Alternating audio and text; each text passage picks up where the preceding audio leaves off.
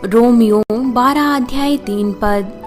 क्योंकि मैं उस अनुग्रह के कारण जो मुझको मिला है तुम में से हर एक से कहता हूँ कि जैसा समझना चाहिए उससे बढ़कर कोई भी अपने को ना समझे, पर जैसा परमेश्वर ने हर एक को परिमाण के अनुसार बांट दिया है वैसा ही सुबुद्धि के साथ अपने को समझे।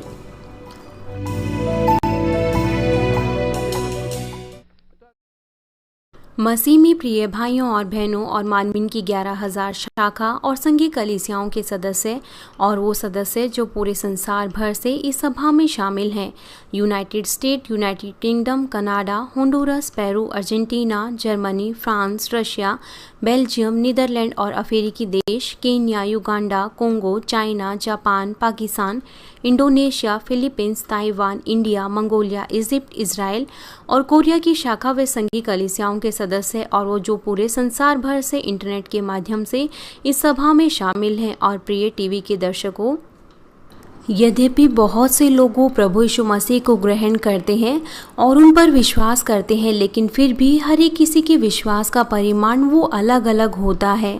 जो सबसे कम विश्वास का स्तर है वो पहला विश्वास का स्तर है, जहां पर आप प्रभु को ग्रहण करते हैं और पवित्र आत्मा पाते हैं एक नए जन्मे बच्चे की तरह। और इसके बाद दूसरा विश्वास का स्तर है जिसमें आप परमेश्वर के वचनों के अनुसार जीने की कोशिश करते हैं, क्योंकि आप प्रभु पर विश्वास करते हैं। यहाँ तक कि आप कई बार वचनों का अभ्यास नहीं करते, लेकिन जैसे जैसे आप वचनों का अभ्यास करते हैं तब आपको ताकत मिलती है कि आप परमेश्वर के वचनों का अभ्यास करने पाएं। और जब आप इस तरीके से अभ्यास करते हुए तीसरे विश्वास के स्तर पर आते हैं तो आप और ज़्यादा स्थिरता के साथ परमेश्वर के वचनों का अभ्यास कर सकते हैं। जिस तरीके से आप परमेश्वर की इच्छा को एक एक करके समझते हैं जो वचनों में है, तो फिर आपको वचनों का अभ्यास करना भारी नहीं लगता, लेकिन आप स्वाभाविक तौर से इन वचनों का पालन करते हैं।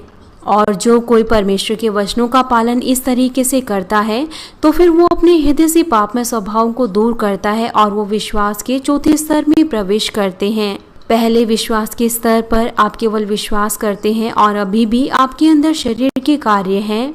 दूसरे विश्वास के स्तर पर आप शरीर के कार्यों को दूर करना शुरू करते हैं, और जब आप पूरी तरीके से शरीर के कार्यों को दूर करते हैं तो आप तीसरे विश्वास के स्तर पर आते हैं।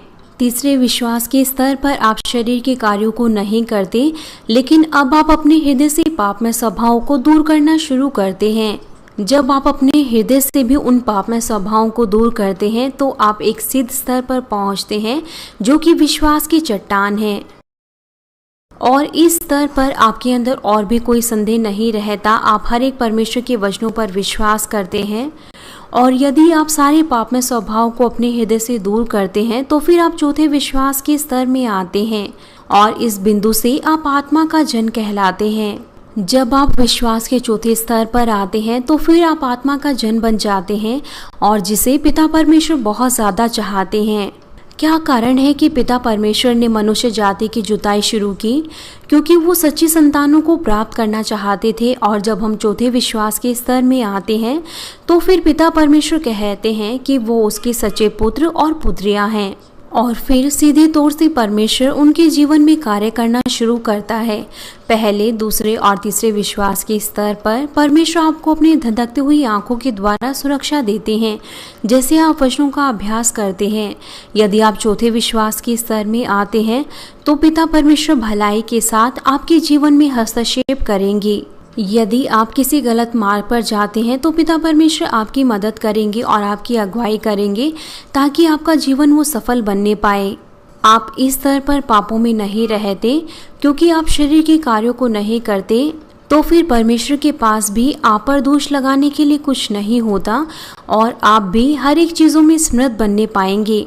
इसीलिए फिर परमेश्वर आपके जीवन में भलाई के साथ हस्तक्षेप करेंगे और आप हर एक चीज़ों में समृद्ध बनेंगे। आप कल्पना कीजिए, यदि आपका बीते समय का अनुभव ठीक नहीं था और अब आप पूर्व में जाने की ओर चुनते हैं, यदि ये परमेश्वर की नज़र में ठीक नहीं है, तो फिर परमेश्वर वो आपके हृदय को प्रभावित करेंगे ताकि आप पूर्व की ओर ना जाएं और आप अपनी दिशा को बदल दें ताकि आप पश्चिम जाएं, जो कि आपके लिए आशीषों का मार्ग है। यदि आप इसे नहीं मानेंगे और यदि आप पूर्व की ओर ही जाएंगे तो फिर पिता परमेश्वर आपको कुछ हद तक प्रभावित करेंगे कि ये मार्ग अच्छा नहीं है। ये विश्वास के परिमाण का 12वां संदेश है और मैं आपको चौथे विश्वास के स्तर के बारे में बताऊंगा। मैं आशा करता हूं कि आप सभी सदस्य आत्मा और संपूर्ण आत्मा में आए। मैं प्रभु यीशु मसीह के नाम से प्रार्थना करता हूं ताकि आप सर्वशक्तिमान परमेश्वर के कार्यों को अपने जीवन में हर एक पल अनुभव करने पाएं और पिता परमेश्वर को महानता से महिमा देने पाएं। प्रिय श्रोताओं, चौथे विश्वास का स्तर वो स्तर है जिसमें आप सबसे बढ़कर प्रभु से प्रेम करते हैं। निश्चित तौर से हम कह सकते हैं कि आप प्रभु से प्रेम करते हैं। यूहन्ना 14 अध्याय उसका 15 पद हमें बताता है, यदि तुम मुझसे प्रेम करते हो तो तुम मेरी आज्ञाओं को मानोगे। इसीलिए जब आप परमेश्वर की आज्ञाओं को मानते हैं तो फिर आप कह सकते हैं कि आप परमेश्वर से प्रेम करते हैं। यदि आप तीसरे विश्वास के स्तर में आते हैं, आप परमेश्वर की आज्ञाओं को मानते हैं, तो फिर आप कह सकते हैं कि आप परमेश्वर से प्रेम करते हैं और आप जानबूझकर परमेश्वर की आज्ञाओं का उल्लंघन नहीं करते। आप एक ही क्षण में अपने हृदय से पापमय स्वभावों को दूर नहीं कर सकते।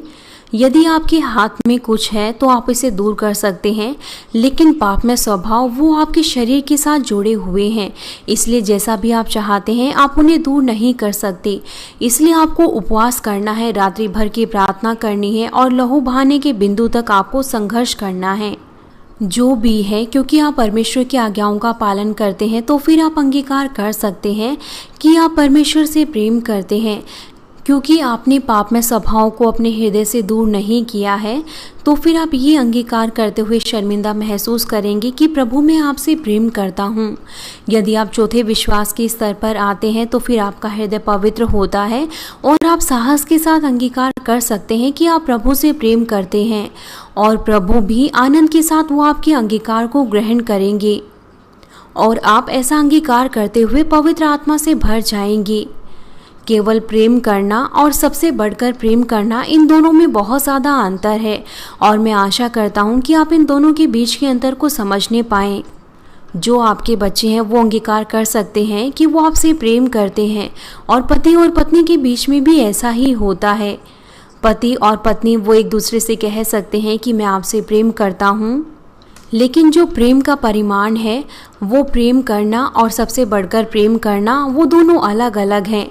यदि आप अपने हृदय की गहराई से अंगीकार करते हैं कि मैं आपसे सबसे बढ़कर प्रेम करता हूँ तो वो प्रेम सचमुच में सुंदर होगा।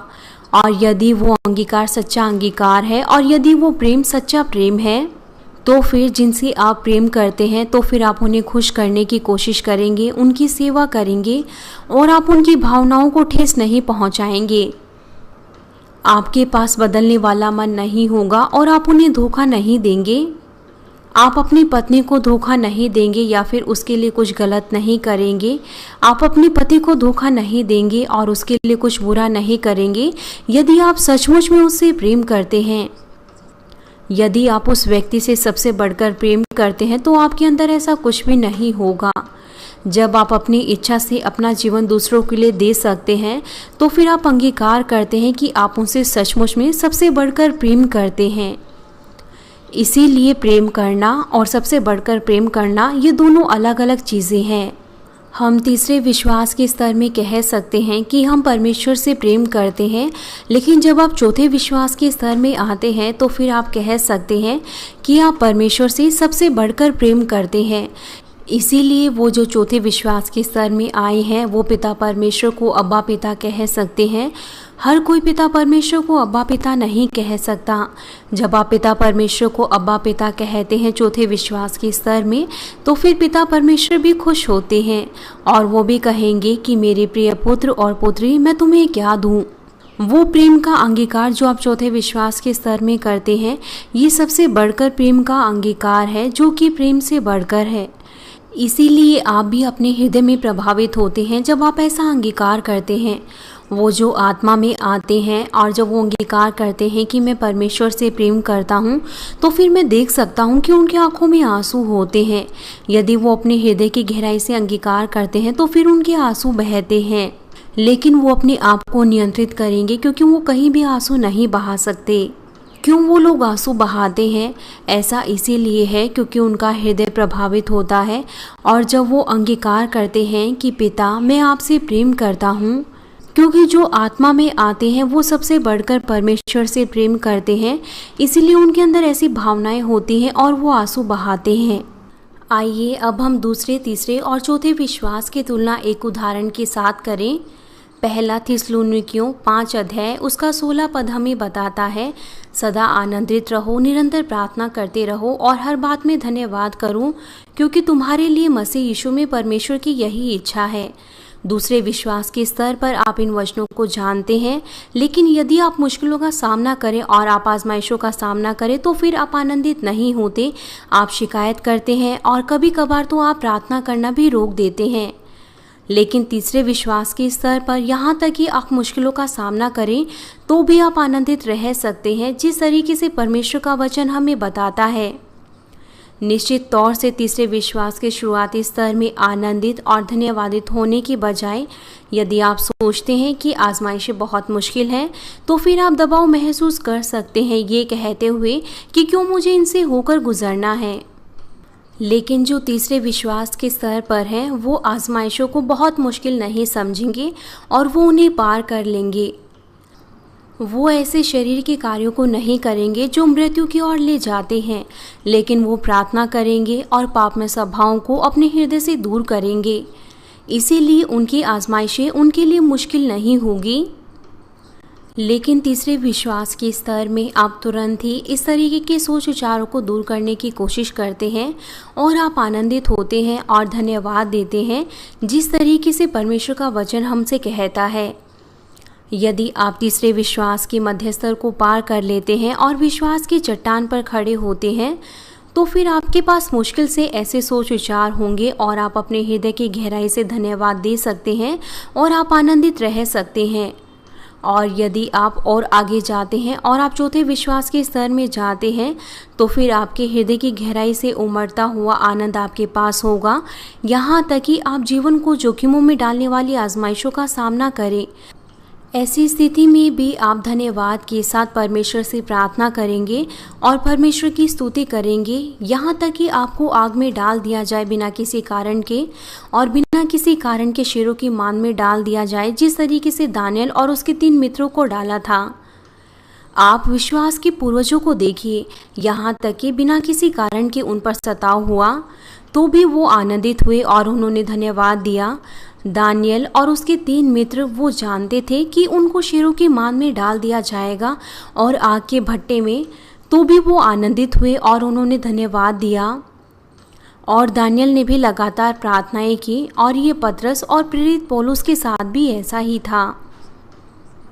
प्रेरित पौलुस पर सताव हुआ परमेश्वर की सामर्थी जन के रूप में और उसको बहुत बार मारा गया, उसको जेल में डाला गया, यहाँ तक कि उसको कोड़ों से मारा गया।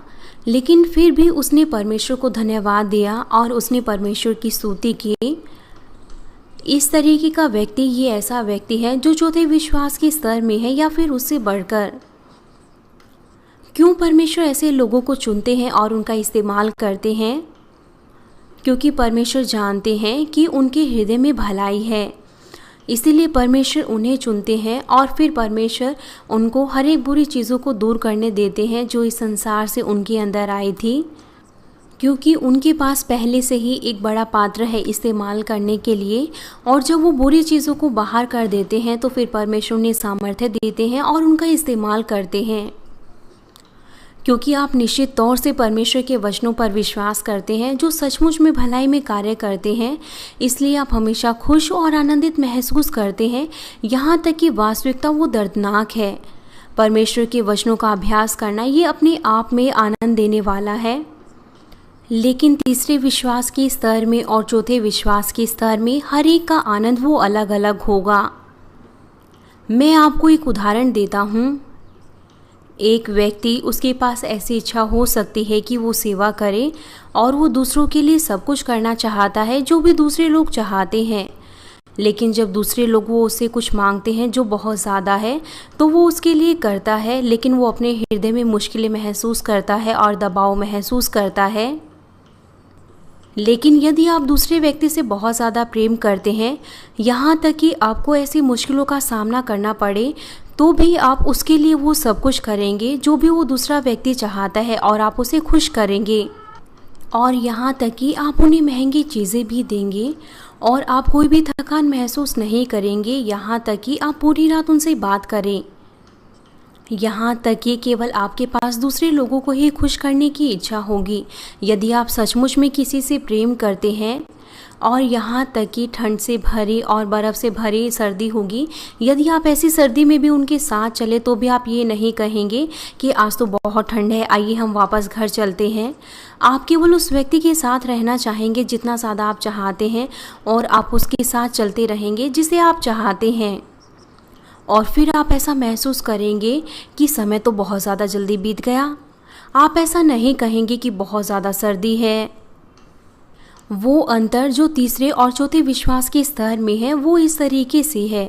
तीसरे विश्वास के स्तर में आप परमेश्वर से कुछ हद तक प्रेम करते हैं और उनके वचनों का पालन करते हैं, लेकिन चौथे विश्वास के स्तर पर आप परमेश्वर से बहुत ज़्यादा प्रेम करते हैं और आप आनंद के साथ वचनों का पालन करते हैं।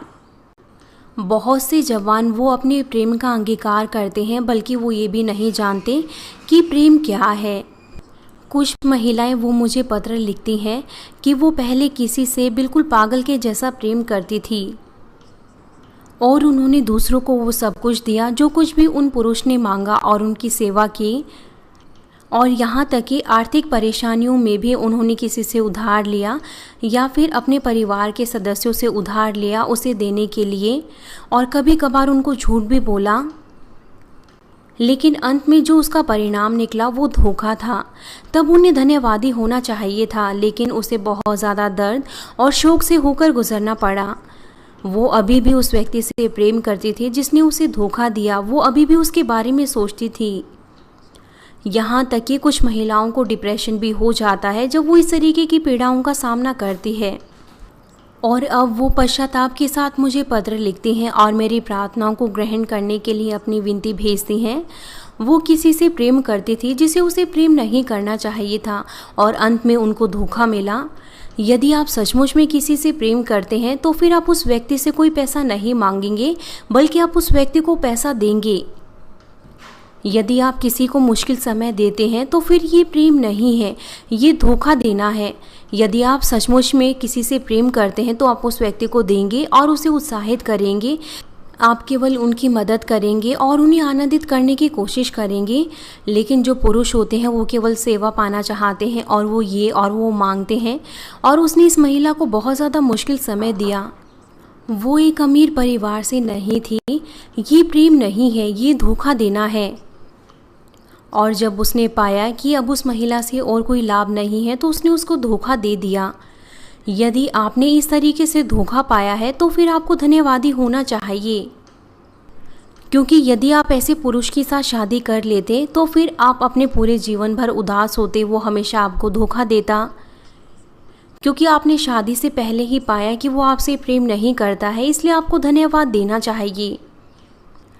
यदि आप ऐसे पुरुष से विवाह कर लेते तो फिर आप अपने पूरे जीवन भर ही पीड़ाओं का सामना करते और आपका विवाहित जीवन वो कितना ज़्यादा मुश्किल होता। आपको धन्यवाद देना चाहिए कि आपको शादी से पहले ही पता चल गया, लेकिन आप अभी भी उस पुरुष को याद करते हैं और बहुत से महीनों तक और बहुत से सालों तक पीड़ाओं में रहते हैं और आप उन चीज़ों से बाहर नहीं निकलते। और फिर आप मुझसे कहते हैं कि मैं आपके लिए प्रार्थना करूं। आपको आत्मिक तौर से प्रेम करना चाहिए, और क्योंकि आप परमेश्वर के वचनों को जानते हैं तो फिर आप पहचान सकते हैं कि दूसरा व्यक्ति वो आपको आत्मिक प्रेम के साथ प्रेम कर रहा है या नहीं। आपके पास कोई भी कारण नहीं होना चाहिए कि आप धोखा खाएं। मैं बहुत ज़्यादा क्षमा महसूस करता हूँ और मैंने उनको भी देखा जिन्होंने बाद में धोखा दिया। मसीह में प्रिय भाई और बहनों, केवल जब आप चौथे विश्वास के स्तर पर आते हैं तब आप परमेश्वर की मनुष्य जाति की जुताई के उद्देश्य को प्राप्त करते हैं और आप तब परमेश्वर की सच्ची संतान के रूप में पहचाने जाते हैं। ऐसा इसीलिए है क्योंकि आप आत्मा और संपूर्ण आत्मा में आने की कोशिश करते हैं। लेकिन कुछ लोगों के विश्वास की उन्नति बहुत धीमी होती है, यहाँ तक कि वो बहुत लंबे समय से विश्वासी हैं। वो दूसरे विश्वास के स्तर को और यहाँ तक कि तीसरे विश्वास के शुरुआती स्तर को बहुत से सालों तक या दशकों तक पार नहीं करते। कुछ लोग वो पहले अनुग्रह प्राप्त करने पर पापों को दूर करने का निर्णय लेते हैं और वास्तव में जल्दी से आत्मा में आ जाते हैं। कुछ ऐसे लोग हैं जो पूरी तरीके से परमेश्वर के वचनों का पालन करते हैं और उनके पास अब्राहम की तरह विश्वास होता है, जबकि कुछ ऐसे हैं जिनके पास ऐसा विश्वास है जिस तरीके से सारा का विश्वास था। यहाँ तक कि सारा वो जब अब्राहम के साथ थी, उसने परमेश्वर के कार्यों का अनुभव किया तो भी उसने अपने हृदय का खतना नहीं किया।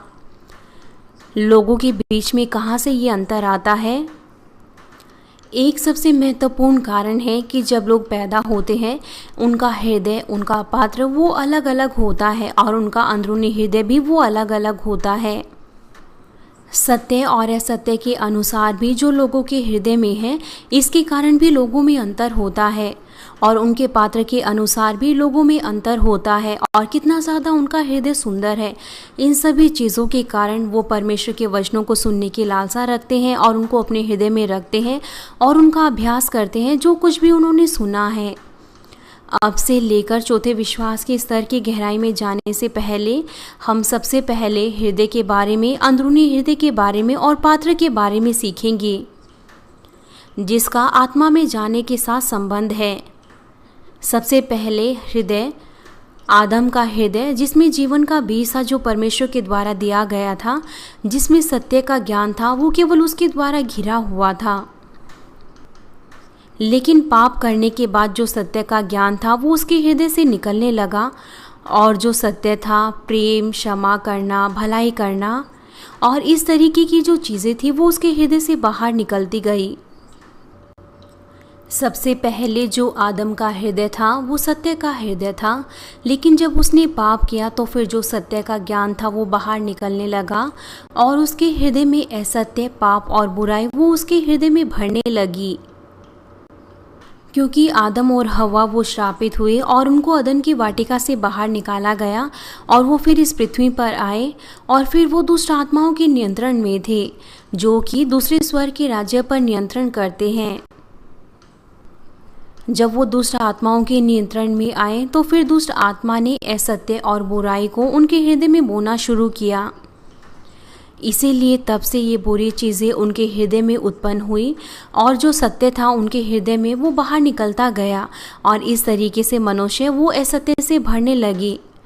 उनके हृदय में जो पाप और बुराई था और फिर वो उनके वंशजों में भी आया और अब की पीढ़ियों में लगातार पाप और बुराई और ज़्यादा बढ़ती जा रही हैं और जिस तरीके से समय बीतता जा रहा है बुराई वो और ज़्यादा बढ़ती जा रही है और विज्ञान के विकास से भी लोगों के अंदर और ज़्यादा बुराई आई और आजकल इन अंत के दिनों में लोग वो पाप और बुराइयों के साथ पैदा होते हैं और वो पापों में रहते हैं, हालांकि उनको पता भी नहीं कि वो चीज़ें पाप हैं। और ये विश्वासियों के साथ भी ऐसा ही है। जब वो हमारी कलीसिया में आए बहुत से सालों तक, यहाँ तक कि हमारी कलीसिया में कुछ सदस्य हैं वो महसूस भी नहीं करते कि वो पाप कर रहे हैं। जब उनको गंभीर बीमारियाँ होती हैं और यहाँ तक कि प्रार्थनाओं को ग्रहण करने के बाद भी उनको चंगाई नहीं मिलती, तब वो अपने जीवन को पीछे मुड़कर देखते हैं और वचनों के अनुसार जांचते हैं। तब वो महसूस करते हैं कि उन्होंने बहुत महान पाप किए थे और तब वो पश्चाताप करते हैं और तब वो मेरी प्रार्थनाओं को ग्रहण करने के लिए पश्चातापी हृदय के साथ आते हैं। इसीलिए मनुष्यों के हृदय में बुरा स्वभाव आया जो उन्होंने अपने पूर्वजों से प्राप्त किया और इसके साथ ही जो कुछ भी उन्होंने बुराई की और वो लगातार बढ़ते गए।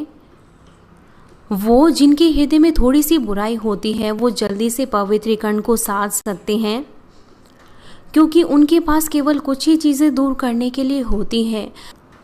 अगला, अंदरूनी हृदय वो किसी के हृदय की नींव होती है। हर एक व्यक्ति के अंदरूनी हृदय के अनुसार वो भलाई को अलग अलग परिमाण के अनुसार देखते हैं। उदाहरण के लिए किसी चुंबक में बहुत ज़्यादा लोहे को आकर्षित करने के लिए चुंबकीय ताकत होती है, लेकिन दूसरी चुंबकों में चुंबकीय ताकत कम होती है। इस तरीके से जिनका हृदय भला और ईमानदार होता है वो वास्तव में स्वाभाविक तौर से भलाई का और सत्य की चीज़ों की लालसा रखेंगे, और जब वो सत्य को सुनते हैं तो फिर वो आमीन के साथ ग्रहण करते हैं और उसका पालन करते हैं, और वो इस तरीके से पवित्रीकरण को जल्दी से साध सकते हैं।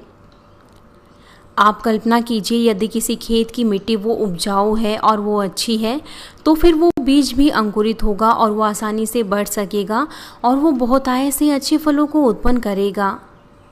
और यदि हम इसके विपरीत देखें, जो अनुपजाऊ भूमि है उस पर बीज अच्छे से अंकुरित नहीं होगा, और यहाँ तक कि आप फलों को उत्पन्न करें तो भी वो फल अच्छे नहीं होंगे।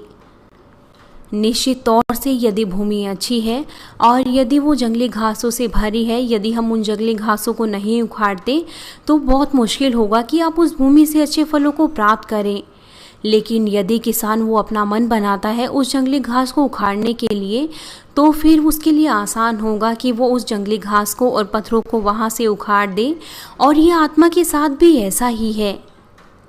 कुछ व्यक्ति वो अच्छी भूमि के साथ पैदा होते हैं लेकिन वो मुश्किलों में बढ़ते हैं, इसलिए उनके हृदय में बहुत सा असत्य होता है।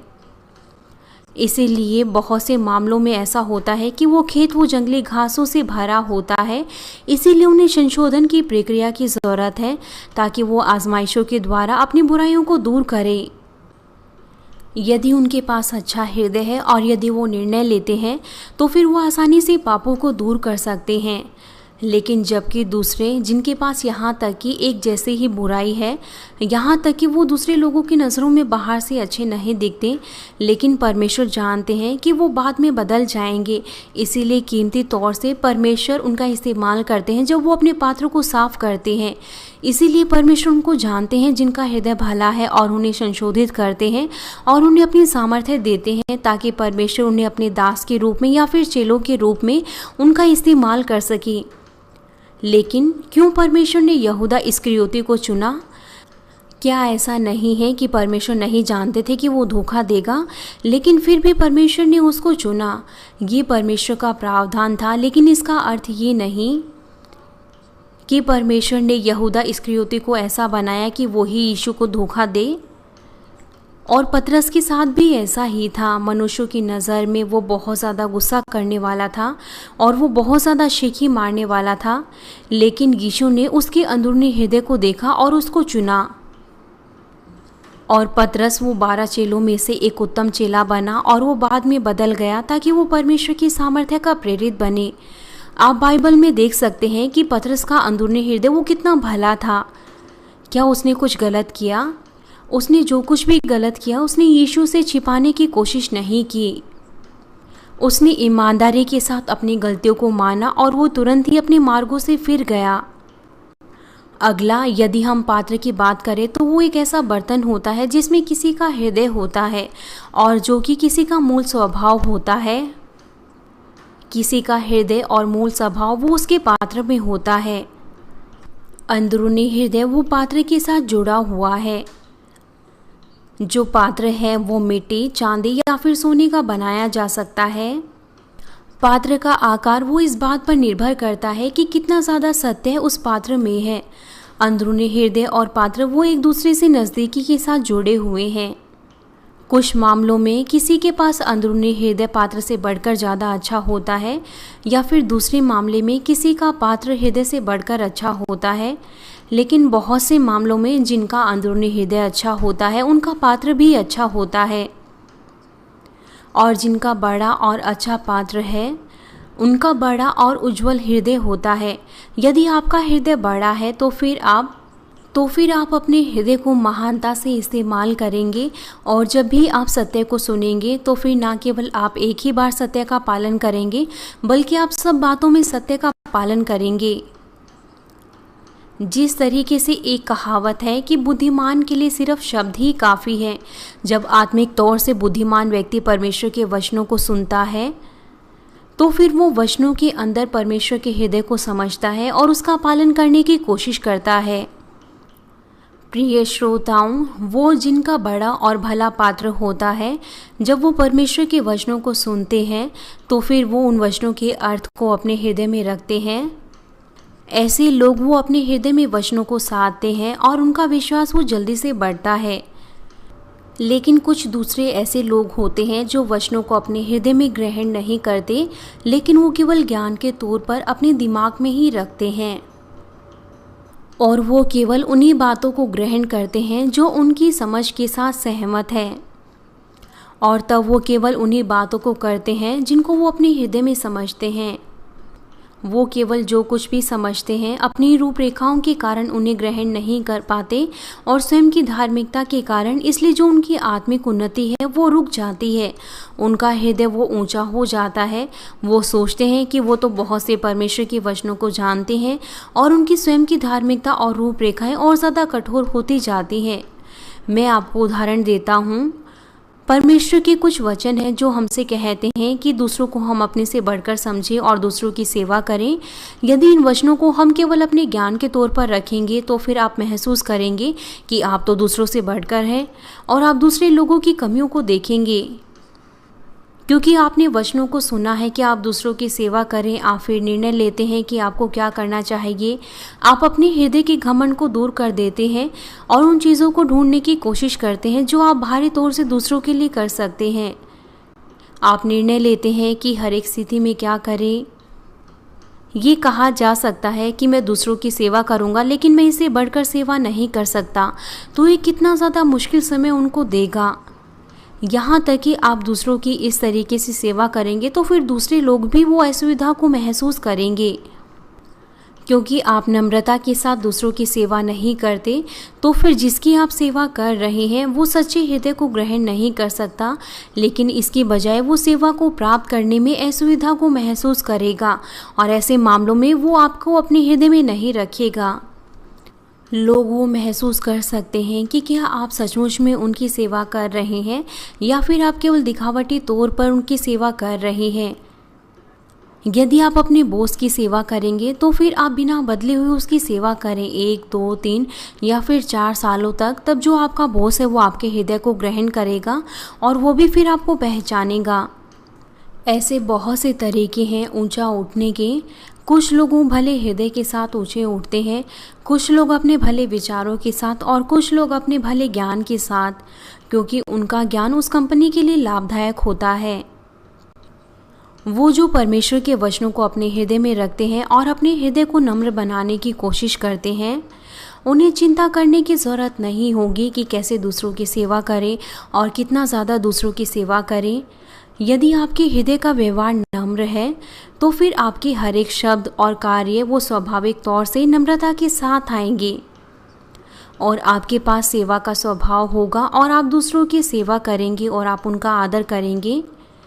तब यहाँ तक कि आप इस बात की चिंता नहीं करेंगे कि कैसे दूसरों की सेवा करें। वो केवल आपसे बातचीत करने पर ही आराम महसूस करेंगे। मैं आपको एक उदाहरण देता हूँ अंदरूनी हृदय और पात्र के बारे में। यदि कोई माता पिता अपने बच्चों से कहते हैं कि तुम्हारा रूम गंदा है, तुम उन्हें साफ करो और चीज़ों को ठीक से रखो, तो फिर हर एक बच्चों का वो अलग अलग उत्तर होता है। कुछ बच्चे वो इस प्रकार से कहते हैं कि मैंने तो अपना कमरा गंदा नहीं किया, वो तो मेरे भाई ने गंदा किया है और वो लगातार टीवी देखता रहता है। लेकिन फिर भी वो सोचते हैं कि मैंने तो कुछ गलत नहीं किया और वो फिर इस प्रकार अपनी माता पिता की बातों को नहीं मानता। लेकिन दूसरा बच्चा है, जब वो अपने माता पिता की बातों को सुनता है कि उसे अपना कमरा साफ़ करना है, तो वो केवल उन्हीं चीज़ों को उठाकर रखता है जो चीज़ें इधर उधर बिखरी हुई हैं और वो फिर कहता है कि मैंने तो अपने मम्मी पापा की बातों का पालन किया। ये ऐसा मामला है जब वो अपने माता पिता की बातों का पालन करने का दिखावा करते हैं, लेकिन वो अपने माता पिता का हृदय और उनकी इच्छा को नहीं समझते और उसे अपने हृदय में नहीं रखते। यदि हम इससे थोड़ा सा बढ़कर देखें, ऐसे बच्चे जो चीज़ों को उठाकर अपनी जगह रखते हैं और वो अपना कमरा साफ़ करते हैं, लेकिन कुछ समय के बाद उनका कमरा दोबारा से गंदा हो जाता है। इस तरीके से जो आज्ञाकारिता है वो अलग अलग हो सकती है और वो उनके पात्र के ऊपर निर्भर करता है। यदि उनका अंदरूनी हृदय अच्छा है तो फिर वो अपने माता पिता की बातों का पालन करेंगे और वो अपने मम्मी पापा की बातों को अपने हृदय में रखेंगे। वो ना केवल चीज़ों को उठाकर उनकी जगह पर रखेंगे, लेकिन यहाँ तक कि वो अपने कमरे के हर एक किनारे को भी साफ करेंगे और इससे भी बढ़कर वो हमेशा अपने कमरे को साफ रखने की कोशिश करेंगे। वो अपने माता पिता की इन बातों को मानते हैं जो कहते हैं कि अपने कमरे को साफ रखें, और वो अपने माता पिता के हृदय को समझते हैं और उनका पालन करते हैं जो चाहते हैं कि वो यहाँ तक कि कमरे को हमेशा साफ रखें और वो भविष्य में भी अपने कमरे को साफ रखें। इससे भी बढ़कर ना केवल वो अपने कमरे को ही साफ करते हैं बल्कि वो अपने जीवन की आदतों को भी बदल देते हैं ताकि वो हर एक चीज़ों को साफ रखें, और ये हर एक चीज़ों में ऐसा ही है। मैं आशा करता हूँ कि आप अपने जीवन को पीछे मुड़कर देखेंगे कि जो दूसरे लोगों की बातों को अपने हृदय में ग्रहण कर सकते हैं और उसके अनुसार विश्वास योग्यता के साथ कार्य करते हैं और उसके अनुसार वो परमेश्वर के वचनों को अपने हृदय में रख सकते हैं और पिता परमेश्वर की इच्छा को समझकर वो उसका पालन कर सकते हैं। और यदि हम इसके विपरीत देखें, वो जो केवल अपने ही दृष्टिकोण से सोचते हैं और वो बगैर इच्छा को समझे हुए कार्य करते हैं, फिर वो परमेश्वर के वचनों के साथ भी ऐसा ही करते हैं। यहाँ तक कि आप अच्छे अंदरूनी हृदय और पात्र के साथ पैदा नहीं हुए, लेकिन इसके अनुसार कि कितना ज़्यादा आपने भलाई को अपने हृदय में साधा है और कितना ज़्यादा बढ़कर आप अपने हृदय का उपयोग हर एक चीज़ों में करते हैं, तो इसके अनुसार आपका हृदय और पात्र भी बदल सकता है। और जब आप बदल जाएंगे तो फिर आप जल्दी से पवित्रीकरण को अपने हृदय में साधने पाएंगे। मैं आपको इस संदेश का निष्कर्ष देता हूँ। प्रिय श्रोताओं, 2 तिमोथी 3 अध्याय उसका 20 और 21 पद हमें बताता है, बड़े घर में न केवल सोने चांदी ही के पर काठ और मिट्टी के बर्तन भी होते हैं, कोई कोई आदर और कोई कोई अनादर के लिए। यदि कोई अपने आप को इनसे शुद्ध करेगा तो वह आदर का बर्तन और पवित्र ठहरेगा और स्वामी के काम आएगा और भले काम के लिए तैयार होगा। ये कितनी बड़ी आशीष होगी यदि आप अपने आप को एक अच्छा पात्र बनाएंगे। जब आप आत्मा में आएंगे, आत्मा के जन बन जाएंगे, तो फिर आप इन आशीषों को प्राप्त करेंगे। परमेश्वर वो आपसे बहुत ज़्यादा खुश होंगे और वो ना केवल आपकी मदद करेंगे बल्कि वो आपसे प्रेम भी करेंगे और वो आपको सब कुछ देना चाहेंगे। यदि आप सचमुच में किसी से प्रेम करते हैं तो फिर आप उसको सब कुछ देंगे जो कुछ भी आप चाहते हैं। यद्यपि आपके पास है नहीं तो भी आप उस व्यक्ति को वो सभी चीज़ें देना चाहेंगे। क्यों आप परमेश्वर से प्रेम नहीं करते? तब परमेश्वर आपसे कहेंगे कि मैं तुम्हें क्या दूं। आपके व्यवसाय में कोई समस्या नहीं होगी, आपके जीवन में कोई समस्या नहीं होगी। नए नियम में और पुराने नियम में आप देख सकते हैं कि क्यों आप गरीब होते हैं, कैसे आप अमीर बने और क्यों आपको बीमारियां आती हैं और कैसे आप स्वस्थ बने। मैंने आपको हमेशा इन चीज़ों के बारे में गहराई से बताया है, आप केवल उनका पालन करें। आज से हम चौथे विश्वास के स्तर के बारे में बात कर रहे हैं और मैं निश्चित हूँ कि आप इन वचनों को सुनने की लालसा रखते हैं। यदि आप इन वचनों को सुनने की बहुत ज़्यादा लालसा रखते हैं तो फिर इसका अर्थ है कि आपके अंदर आत्मा में जानने के लिए लालसा है, जो कि चौथा विश्वास का स्तर है। यदि आप उनमें से एक है तो फिर आप इस योग्य होंगे कि आप आत्मा का हृदय साधने पाएंगे। निश्चित तौर से उनका हृदय, अंदरूनी हृदय और उनका पात्र और उसके अनुसार जो कुछ भी उनमें अंतर है, तो फिर उनकी योग्यताओं में भी उसके अनुसार अंतर होता है कि वो पवित्रीकरण को साधें। लेकिन क्या कारण है कि पिता परमेश्वर ने हमको इन चीज़ों के बारे में जानने दिया? इसीलिए नहीं कि आप इन चीज़ों को जानकर निराश हों। उदाहरण के लिए, जो नीले रंग के चीनी मिट्टी के बर्तन होते हैं वो यहाँ तक कि मिट्टी से बने होते हैं, लेकिन पाउडर के द्वारा उनको पकाया जाता है तो फिर उनकी कीमत बहुत ज़्यादा अलग होती है। आजकल हम ऐसे वास्तविक नीले चीनी मिट्टी के बर्तन नहीं देख सकते। क्योंकि आज का समय वो बहुत बदल चुका है। हमारे पास मिशनरी हैं छोन्योंग सोंग, जो कि एक सर्जन है। वो मेडिकल क्षेत्र में कार्य करते हैं। इसके अनुसार कि कौन सा डॉक्टर वो किस तरीके के मरीजों को देखता है, इसके अनुसार लोग मर सकते हैं और वो जीवित रह सकते हैं। और ऐसे बहुत से लोगों के मामले भी हैं जिनकी सर्जरी गलत हुई थी और वो फिर मेरी प्रार्थनाओं को ग्रहण करने के लिए आए थे। अगर वो ठीक हो तो वो फिर मेरे पास नहीं आएंगे। जब उनकी सर्जरी गलत होती है तो फिर वो पीड़ाओं में होते हैं और वो मेरी प्रार्थनाओं को ग्रहण करने के लिए आते हैं। ये बहुत अलग है इसके अनुसार कि आप किस तरीके के डॉक्टर से मिले हैं। और ये घर बनाने के साथ भी ऐसा ही है। ये इस बात पर निर्भर करता है कि कौन घर को बनाता है, उसके अनुसार वो घर बहुत सुंदर भी हो सकता है। और यदि कोई बिल्डर वो अच्छे पैसे कमाने के लिए सस्ते पदार्थों का इस्तेमाल करे तो ये घर बहुत ज़्यादा कमज़ोर होगा। और इसके विपरीत यदि वो बिल्डर उसे अपना ही घर समझे और तब बनाए तो वो घर अच्छा बनेगा।